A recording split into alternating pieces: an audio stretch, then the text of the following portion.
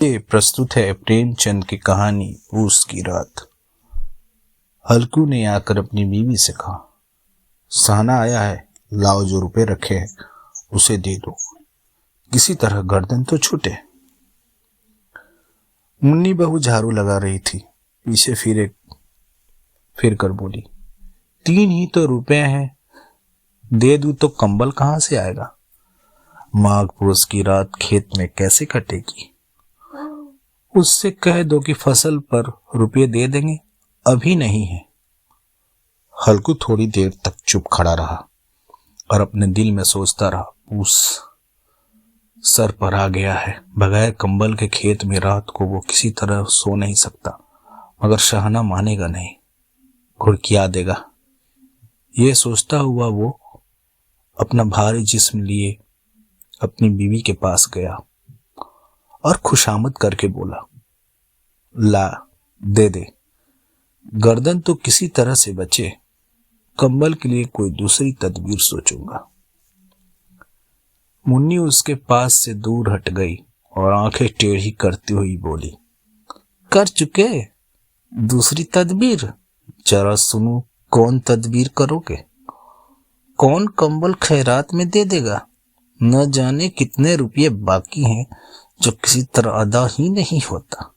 मैं कहती हूं तुम खेती को क्यों नहीं छोड़ देते? मर मर कर काम करो, पैदावार तो हो तो उससे कर्जा अदा करो। चलो, छुट्टी हुई कर्जा अदा करने के लिए तो हम पैदा ही हुए हैं। ऐसी खेती से बाज आए, मैं रुपए ना दूंगी।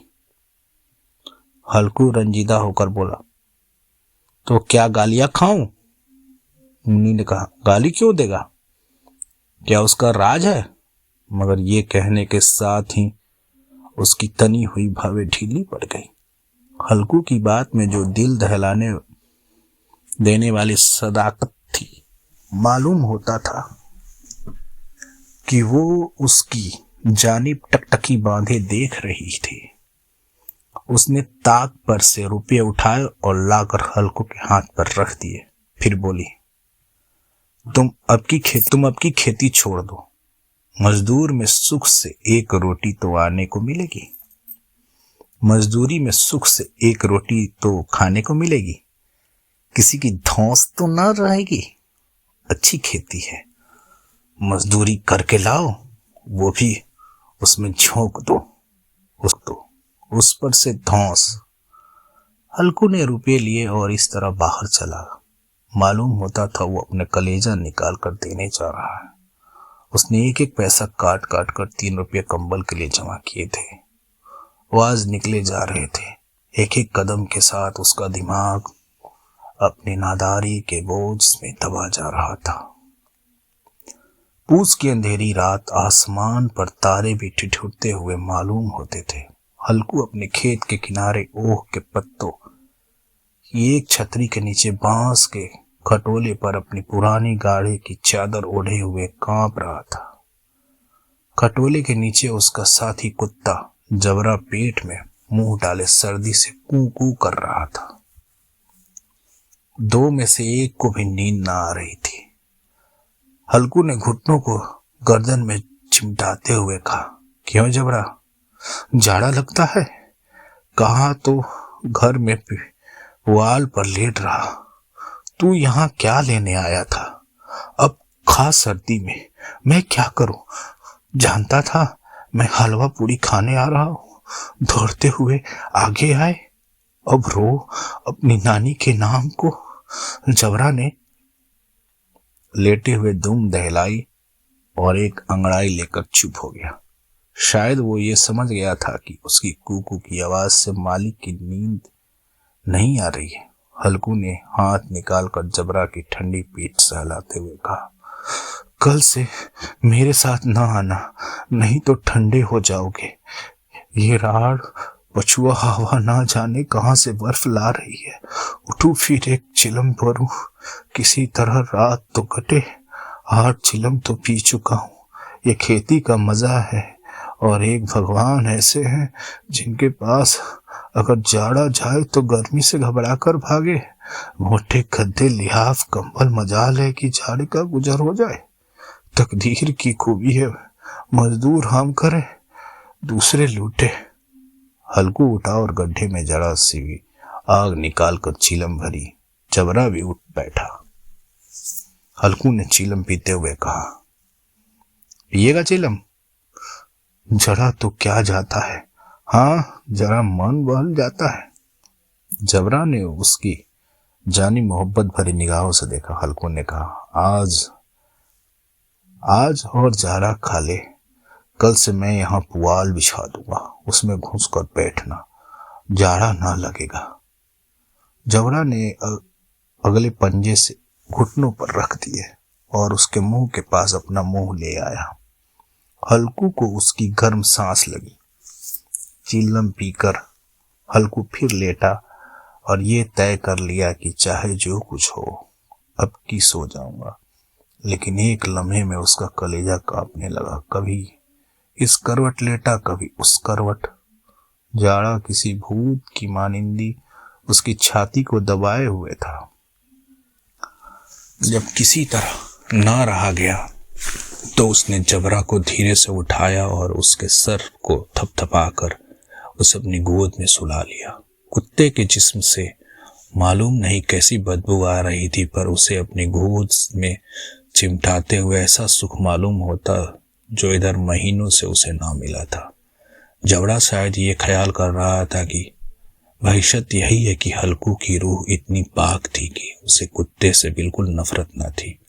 वो अपनी गरीबी से परेशान था, जिसकी वजह से वो इस हालात को पहुंच गया था कि अनोखी दोस्ती उनकी रूह के सब दरवाजे खोल दिए थे। उसका एक एक जर्रा हकीकी रोशनी से मुनव्वर हो गया था। इसी असना में जबरा ने किसी जानवर की आहट पाई। उसके मालिक की इस खास रूहानियत ने उसके दिल में एक जदीद ताकत पैदा कर दी थी, जो हवा के ठंडे झोंके को भी नाचीज समझ रही थी। वो झपट कर उठा और छपरी से बाहर आकर भौंकने लगा। हल्कू ने उसे कई मर्तबा पुचकारा कर बुलाया, वो उसके पास न आया। खेत में चारों तरफ दौड़ दौड़ कर भौंकता रहा। एक लम्हे के लिए आ भी जाता तो फौरन ही फिर दौड़ता। फिर की अदायगी ने उसे बेचैन कर रखा था। 1 घंटा गुजर गया। सर्दी बढ़ने लगी। हल्कू उठ बैठा और दोनों घुटने को छाती से मिलाकर सर को छुपा लिया। फिर भी सर्दी कम ना हुई। ऐसा मालूम होता था कि सारा खून मुंजमीद में हो गया। उसने उठकर आसमान की जानिब देखा। अभी कितनी रात बाकी है। वो 7 सितारे जो कुतुब के गिर्द घूमते हैं अभी अपना निसफ दौर भी खत्म नहीं कर चुके। जब वो ऊपर जाएंगे तो कहीं सवेरा होगा। अभी 1 घड़ी से ज्यादा रात बाकी है। हल्कू के खेत से थोड़ी देर के फासले पर एक बाग था। पतझड़ शुरू हो गई थी। बाग में पत्ते का ढेर लगा हुआ था। हल्कू ने सोचा चलकर पत्तियां बटोरूं और उनको जलाकर खूब तापूं। रात को कोई मुझे पत्तियां बटोरते देखते तो समझे कि कोई भूत है। कौन जाने कोई जानवर ही छुपा बैठा हो, मगर अब तो बैठे नहीं रहता। उसने पास के अरहर के खेत में जाकर कई पौधे उखाड़े और एक झाड़ू बनाकर हाथ में सुलगता हुआ उपला भी बाग की तरफ चला। जबरा ने उसे जाते हुए देखा तो पास आया और दुम हिलाने लगा। हल्कू ने कहा, अब तो नहीं रहा जाता जबरू, चलो बाग में पत्तियां बटोर कर तापे। टाटे हो जाएंगे तो फिर आकर सोएंगे, अभी तो रात बहुत है।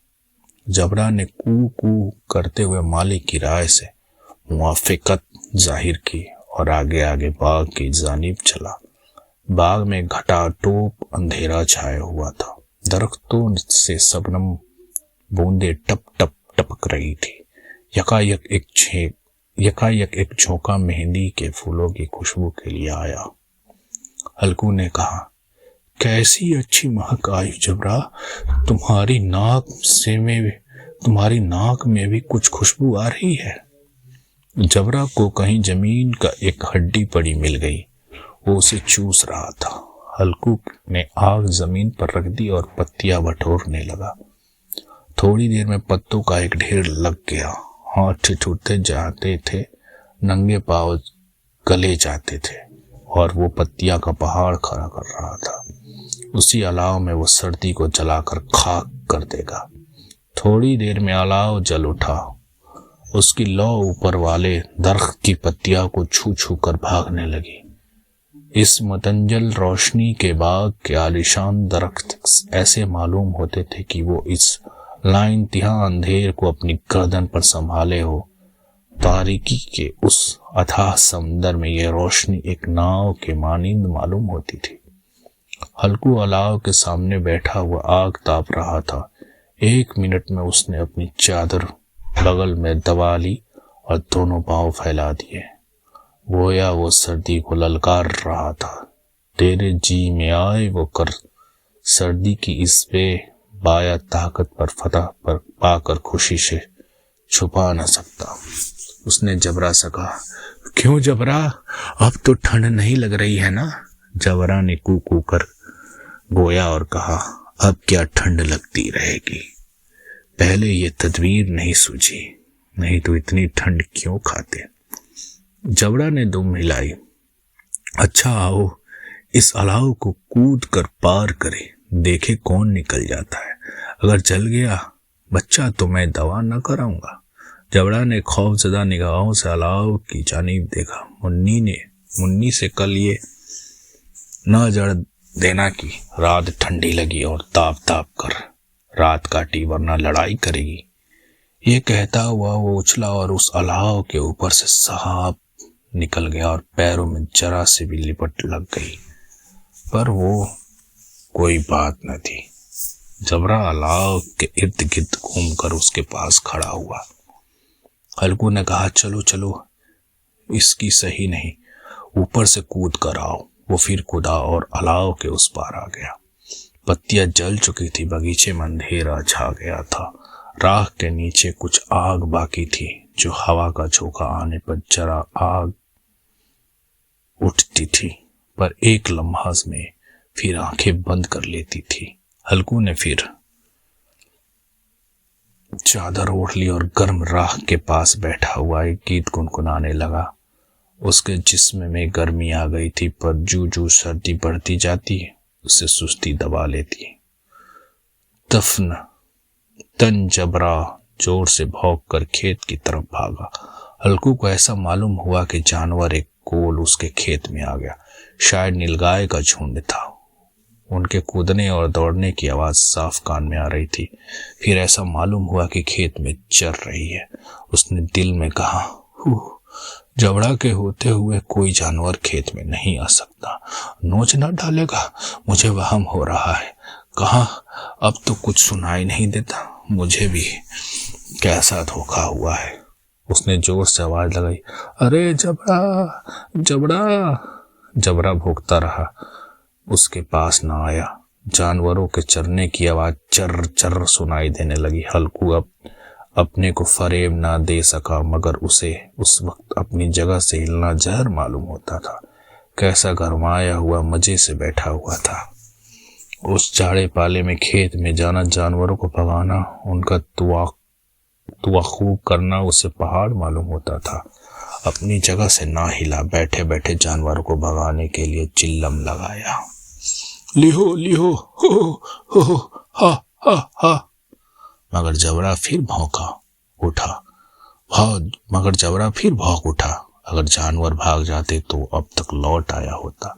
नहीं भागे, अभी तक चल रहे। शायद वो सब भी समझ रहे थे कि इस सर्दी में कौन विधा है जो उसके पीछे दौड़ेगा। फसल तैयार है। कैसी अच्छी खेती थी। सारा गांव देख देख कर चलता था। उसे ये अभागे तबाह किए डालते हैं। अब हल्कू से ना रहा गया। वो पक्का इरादा कर उसके उठा और 2-3 कदम चला। फिर यकायक हवा उसे ऐसा चुभने लगा, बिच्छू के डंक सा झोंका लगा। वो फिर बुझते हुए अलाव के पास आकर बैठ गया और राख को कुरेद कर अपने ठंडे जिस्म में गरमाने लगा। जबरा अपना गला फाड़े डालता, नीलगाय खेत का सफाया किए डालती थी और हल्कू गर्म राख के पास बेसी बैठा हुआ था। अफसुर्दगी ने उसे चारों तरफ से रस्सी की तरह जकड़ रखा था। आखिर वही चादर ओढ़ कर सो गया। सवेरे जब उसकी नींद खुली तो देखा चारों तरफ धूप फैली हुई और मुन्नी खड़ी रही है। क्या सोते ही रहोगे तुम? यहाँ मीठी नींद से सो रहे हो, उधर सारा खेत चौपट हो गया, सारा खेत सत्यानाश हो गया। भला कोई ऐसा भी सोता है? तुम्हारे यहाँ मंडिया डालने से क्या होगा? हल्कू ने बात बनाई। मैं मरते मरते बचा, तुझे अपने खेत की पड़ी है। पेट में ऐसा दर्द उठा कि मैं ही जानता हूँ। दोनों फिर खेत में डांडे पर आए।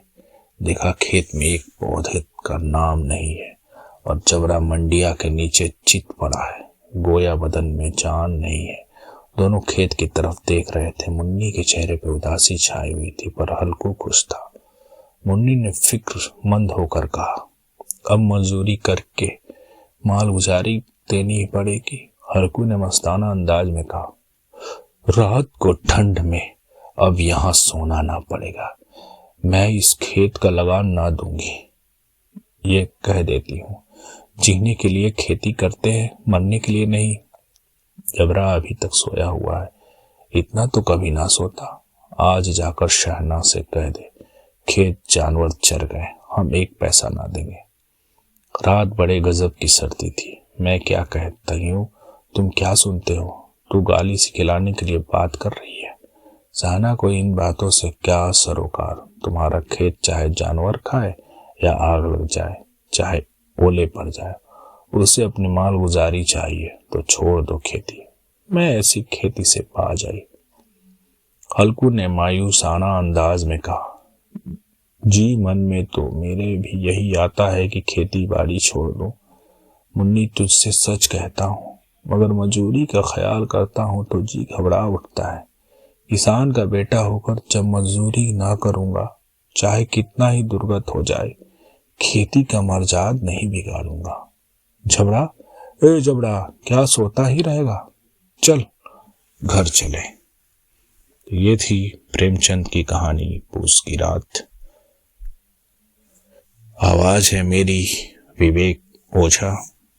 वीडियो अच्छा लगे तो चैनल सब्सक्राइब कर शेयर करें। बहुत बहुत धन्यवाद। शुभमस्तु।